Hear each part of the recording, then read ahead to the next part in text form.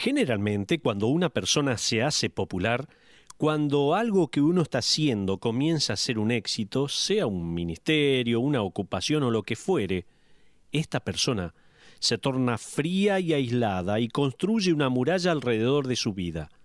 Estas personas pasan a ser más difíciles de alcanzar para aquellas personas comunes.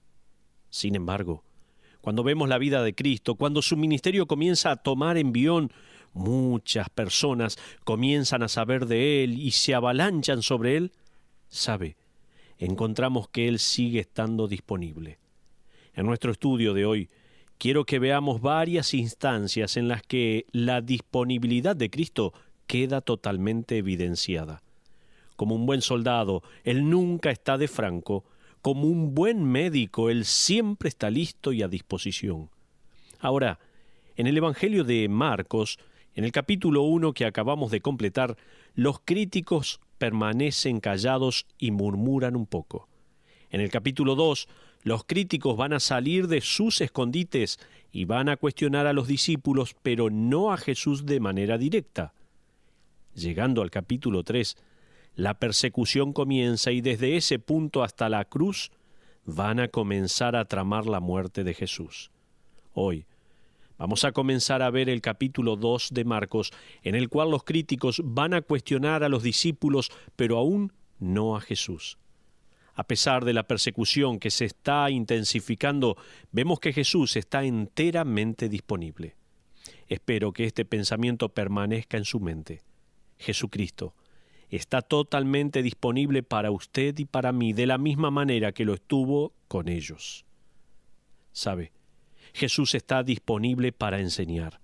Fíjese por favor conmigo, en primer lugar, que Jesús está disponible en su enseñanza. Vamos a comenzar leyendo el versículo 1 de Marcos capítulo 2. Dice allí la palabra de Dios. ¿Ya lo encontró?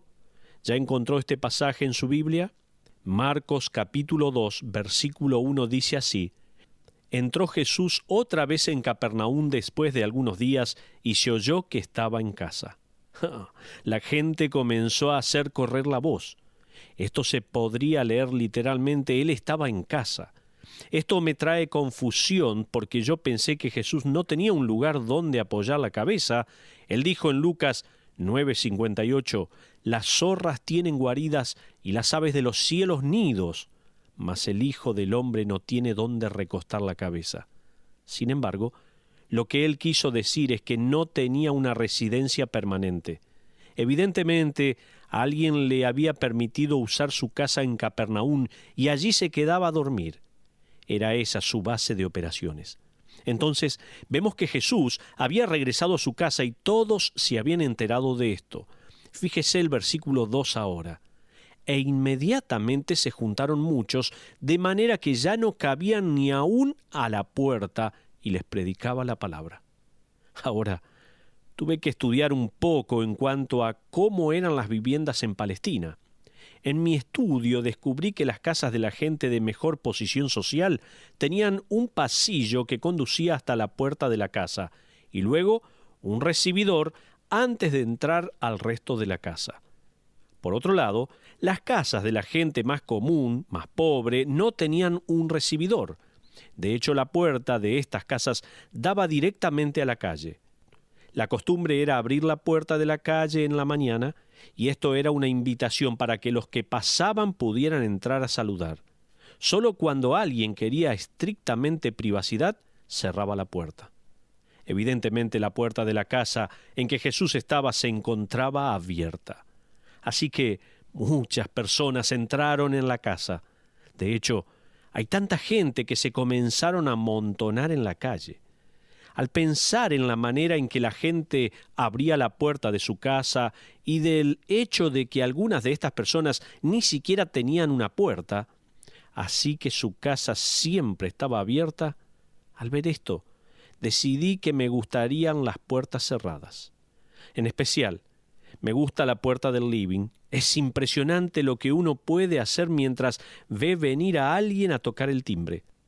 Uno puede hacer salir al gato, meter todos los juguetes desparramados en la alfombra en un cajón, acomodar los adornos y luego abrir la puerta y decirle a la visita: ¡qué sorpresa! No sabía que habías venido. Hubiera arreglado un poco más la casa. Pero me gustan las puertas cerradas a mí. Pero sabe que en Israel, en aquel entonces, eso no existía. Todos tenían la puerta abierta. Continuemos ahora con la última parte del versículo 2. Allí leemos esto: y les predicaba la palabra. Ahora, al estudiar la vida de Cristo en Marcos capítulo 1, lo encontramos enseñando la palabra en la sinagoga. En el capítulo 2 lo encontramos predicando la palabra en la entrada a una casa. Él va a enseñar constantemente la palabra de Dios. No cometa el error de pensar que como Él sanó personas con tanta frecuencia, debe de haber venido a la tierra con el solo propósito de sanar. No. Jesús vino a la tierra para presentar su programa del reino, para predicar la oportunidad de salvación. Él también sanaría personas para probar así que era Jesucristo, el Hijo de Dios. Vamos a ver un ejemplo de esto en un momento. Jesucristo vino a enseñar y estaba disponible para todos. Pero también Jesucristo estaba disponible para sanar. Ahora, acompáñeme y fíjese en segundo lugar que Jesús estaba disponible para sanar. En Marcos, capítulo 2, versículos 3 y 4, leemos de la siguiente manera lo que dice la Biblia. Dice la palabra allí: entonces vinieron a él unos trayendo un paralítico que era cargado por 4. Y como no podían acercarse a él a causa de la multitud, descubriendo el techo de donde estaba y haciendo una abertura, bajaron el lecho en que yacía el paralítico. Hasta ahí la porción por ahora.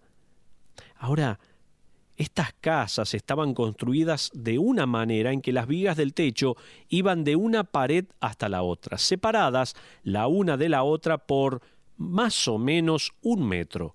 Encima se ponía paja y luego una mezcla de barro cocido y luego una capa más de paja.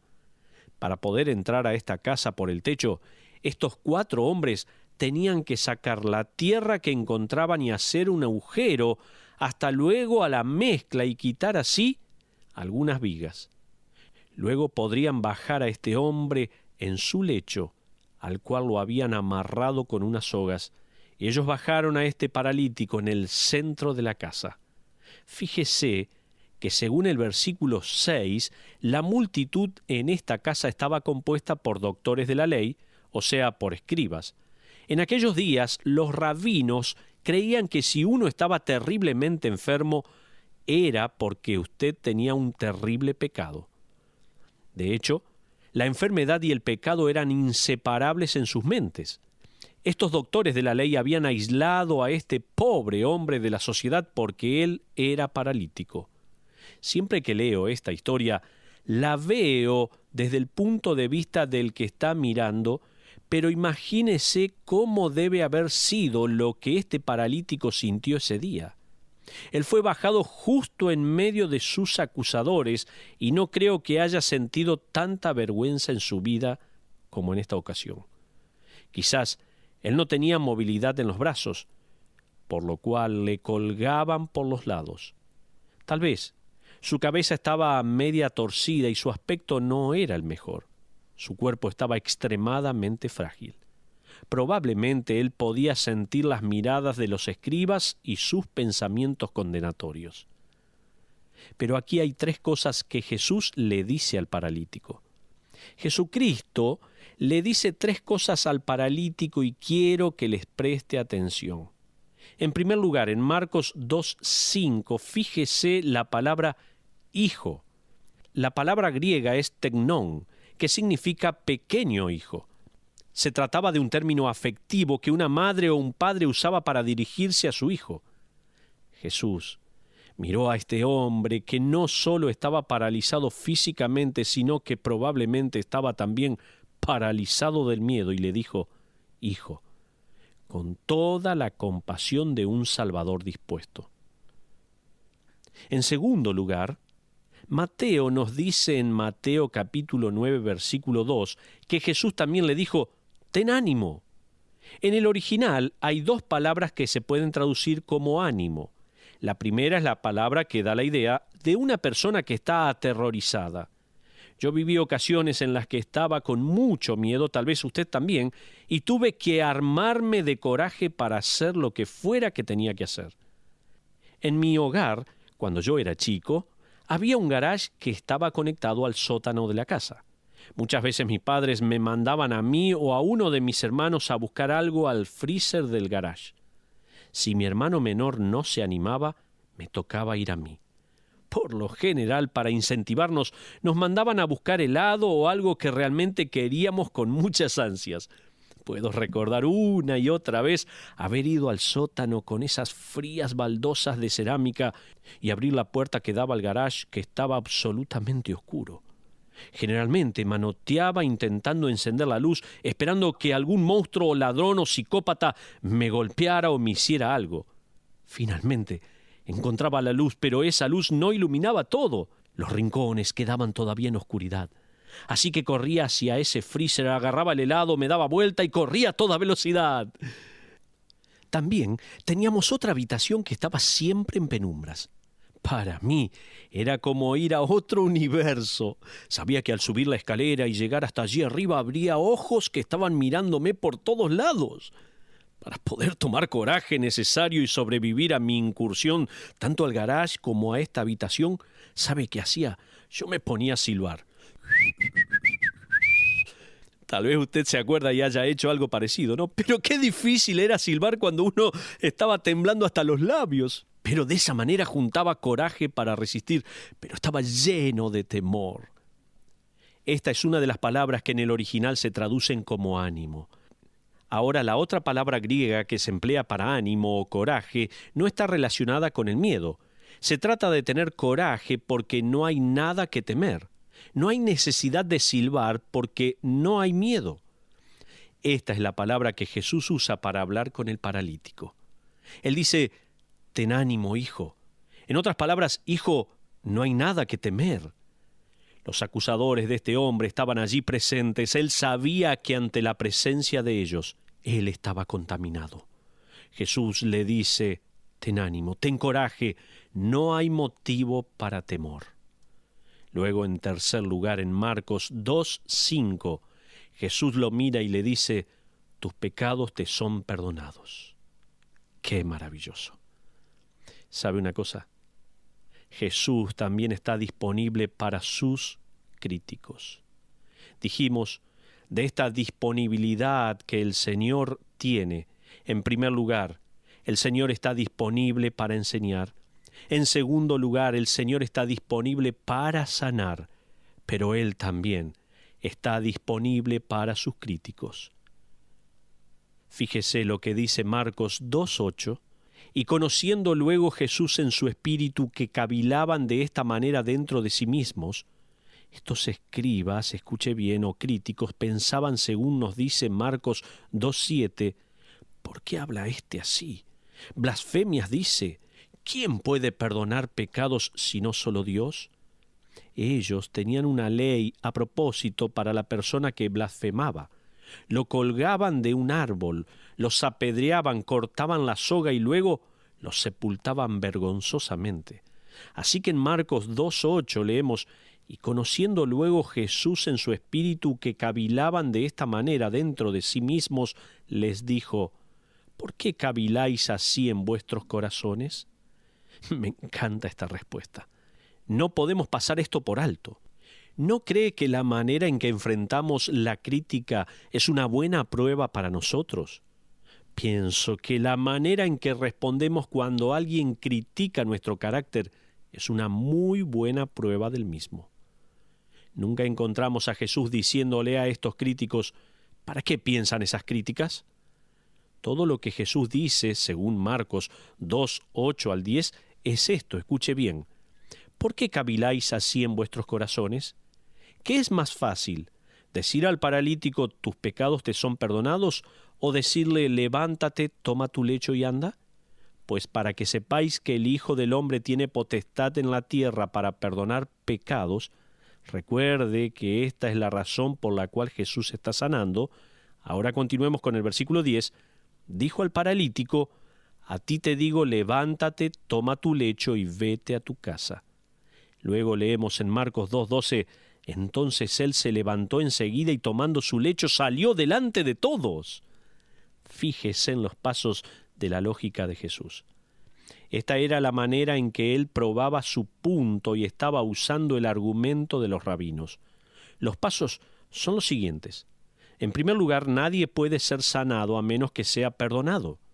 En segundo lugar, solo Dios puede perdonar pecados.